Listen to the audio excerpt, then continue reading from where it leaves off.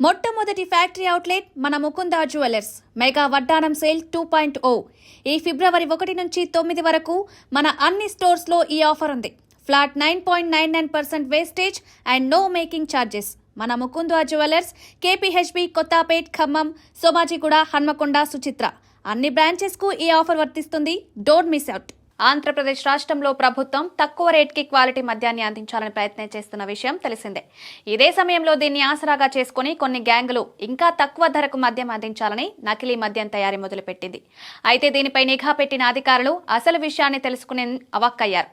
నకిలీ మద్యం తయారు చేసిన ముఠా బెల్ట్ షాపుల్లో కేవలం 80 రూపాయలకే దీన్ని విక్రయిస్తూ పెద్ద ఎత్తున మోసాలకు తెరలేపారు.